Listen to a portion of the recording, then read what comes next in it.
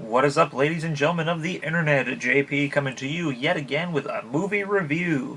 I know it's been a while since I shot one of these out at you, but it's also because I don't really watch a lot of current movies. I usually wait till they come out on DVD or live stream. So anyway, had a wonderful date night today with the wife, and we just got out of Beauty and the Beast. That's right, the live-action Beauty and the Beast. Um, a lot of the critics have been kind of pandering this, have been kind of crapping all over it, but I've been excited about this since they released that it was going to be coming out. Huge fan of Disney in general, huge fan of the original Beauty and the Beast.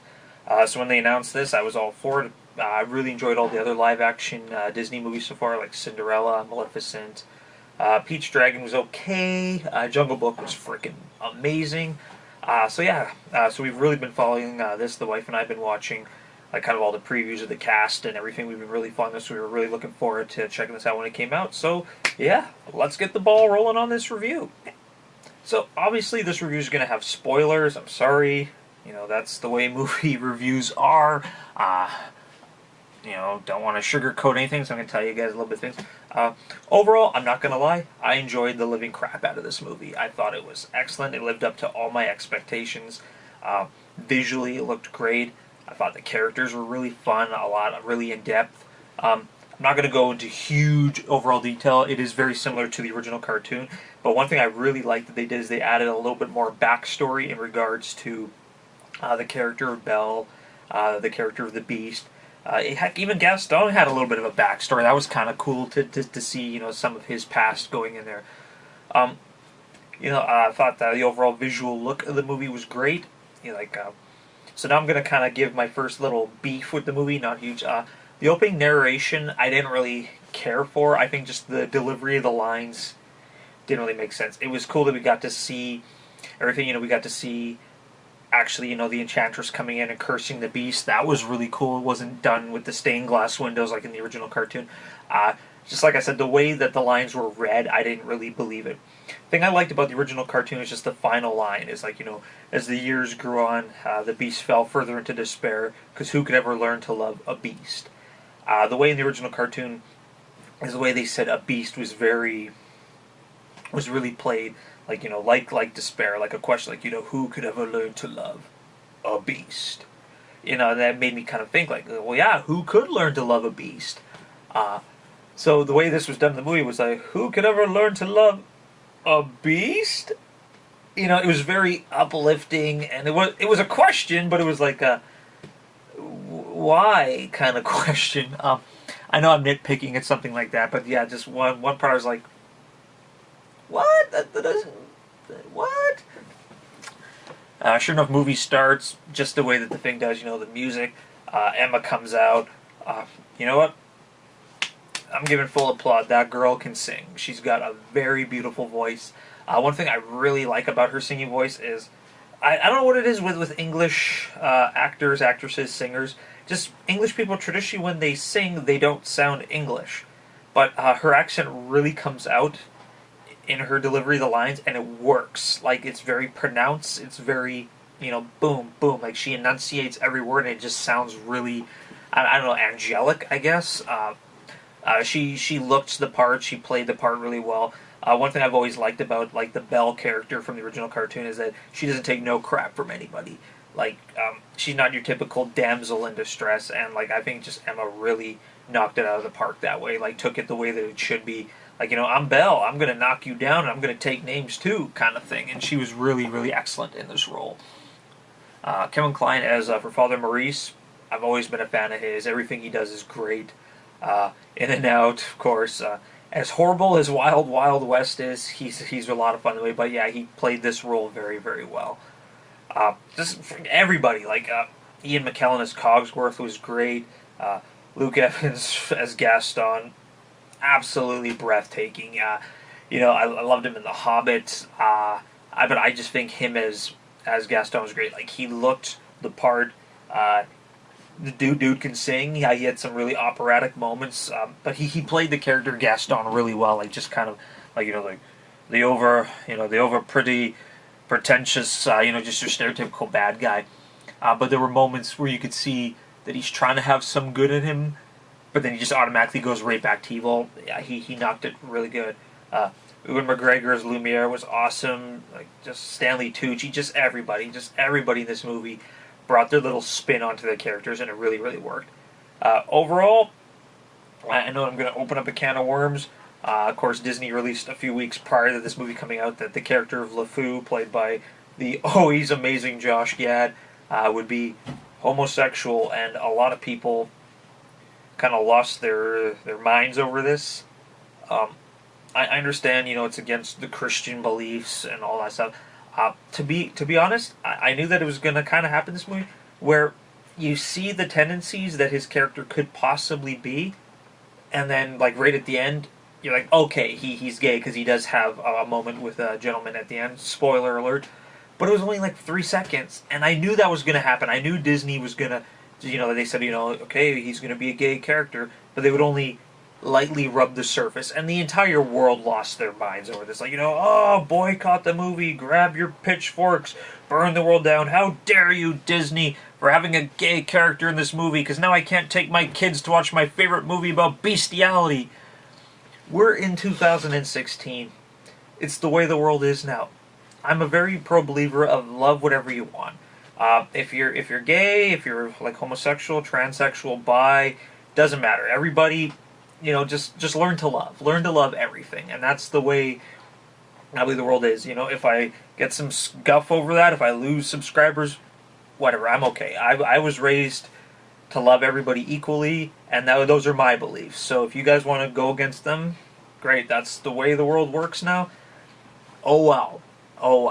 I thought Josh Gad as LeFou was hilarious. He was definitely the comic relief of the movie. He had a great delivery of his lines.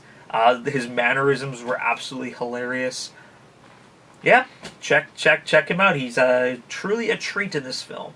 A lot of things I did really like about the film is, like that I brought in that they mentioned, like, a lot of the backstory. Like, you learn a lot about Belle's upbringing. Like in the cartoon, that she's raised by Maurice. They really don't mention Belle's mother a lot. So in this, you actually learn that Belle's mother passed away during the plague, during the Black Plague era in Europe. And, of course, Maurice had to leave her to save Belle as an infant for fear that she might get it too. There's a really heart-touching moment during that scene where Belle discovers her past and that. Got a little bit of a tear going on in there. Of course, you got to learn a lot more about the Beast, that he wasn't always a rotten, spoiled child like they made out in the cartoon. Apparently, he was a very nice boy until his mother passed away, and then his father raised him to be a prick. It was cool to learn more about that. Like I said, Gaston had his own back thing. Like in the Disney version, like in the cartoon, he's just a hunter. But in this, you find out that he's actually a very well-known retired war general. So that's why everybody in the town loves him, because he's a war hero essentially. So you learn a little bit more about his backstory. I just really love that they went a lot more in depth with a lot of the character development, and all the characters kind of have their minor arcs going into their half arc and their full arc. Like, you really believed, you really felt for every single character in this movie, and that's one thing I really, really liked. Is near the end, when the Beast shows her the magic mirror, it's like, you can look at anything you want. So he's like, show me your father, like, show me my father. Comes up, and we find that Maurice is actually getting bombarded by the village, and they're about to lock him up. And she's like, oh my god, I need to go save him. So then he lets her go, and then she makes it there just before he's locked up. Just the time-wise didn't make a lot of sense, because, the amount of time it would have taken her to get on a horse, ride to the village, and save her father would have been at least a day and a half, if that, because even in the beginning, when her father goes out to the thing, it takes him at least a day to get to the castle. Even if Philippe, I'm not questioning this horse's running power, was to go like full top-notch horse speed, she wouldn't have been able to make it back in time before he was locked up. But maybe it's magic. Maybe it's the magic of Disney teleported Philippe. Who knows? One more minor thing that I'm going to cover. When the cartoon came out a long time ago, everyone's always questioned a lot of things that happened in it. How could that happen? Blah, blah, blah. How could this happen? And I think Disney did a really good job of answering all those questions. Like, one of the big urban myths of the cartoon is, like, if there was a giant castle in the middle of the forest, and like a guy, having their, how could no one remember that this castle existed? Like, anyone who's ever associated with the castle, how could they be completely wiped from all the nearby villages? Like, if I was growing up in a village near this castle, I would recognize this. Hey, you know what? I haven't seen any of the people from that castle in a while. I haven't seen the dickhead prince. And they covered it. They flat out said that after the enchantress cast her spell, she wiped the memories of everyone around that would have remembered the castle. So, boom, one myth covered there. Another one I remember growing up was after the wolves attack Belle, and the beast comes in and saves him, and he's like, I saved Belle, and then he just kind of passes out. And then the next shot is clearly the beast lying on top of the horse and Belle carrying him back. Everyone's always wondering, well, how the hell did Belle get the beast on top of that horse? Like, she's maybe 90 pounds soaking wet, and the beast is probably like 1,200 pounds. So after the beast falls over, she goes up to him and says, I'm going to help you, but I need you to stand up first. So obviously the beast climbs onto the horse, so I really like that they shattered that myth there too. Crazy, crazy witty Disney. So overall, the movie itself, like I said, I think it did great. Like I said, the songs were great, visually looked really good, it had great character development.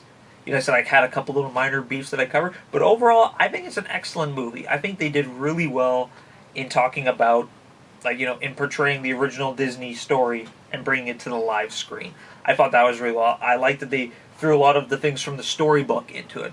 Like in the actual story of Beauty and the Beast, Maurice picks the rose from the flower because Belle asks him for it, and that's what causes the Beast to capture him. And of course, in the original cartoon, the Beast just captured him because, hey, dude, you in my castle eat my food. What's up with that? But yeah, I like that they incorporated a lot of the original storyline things into the movie. They incorporate a lot of the songs from the musical into it. Overall, if you're expecting it to be identical to the movie, to the original movie, no, it's not going to be. Why would they do that? Visually, they did cover a lot of this stuff. Basic storyline is pretty much there, but I love a lot of the different additions that they threw into it. The cast was solid, the singing was solid, the movie was great. No idea why the critics are taking a dump all over this one. Is it for everyone? Who the hell knows? But I thoroughly enjoyed it. The wife thoroughly enjoyed it. I'm looking forward to checking it out again when it comes out on DVD. We'll probably pick this one up to add to our forever growing Disney collection. So yeah, what did you guys think about the movie? Let me know in the comments section below. As always, please subscribe for more great videos. Follow us on Twitter using the two name tags below. Top one is me personally, and the bottom one is for my wrestling show, Kayfabe Chronicles, which you will also see on this web channel. Thank you guys as always, and this is JP, and I'll see you guys next time.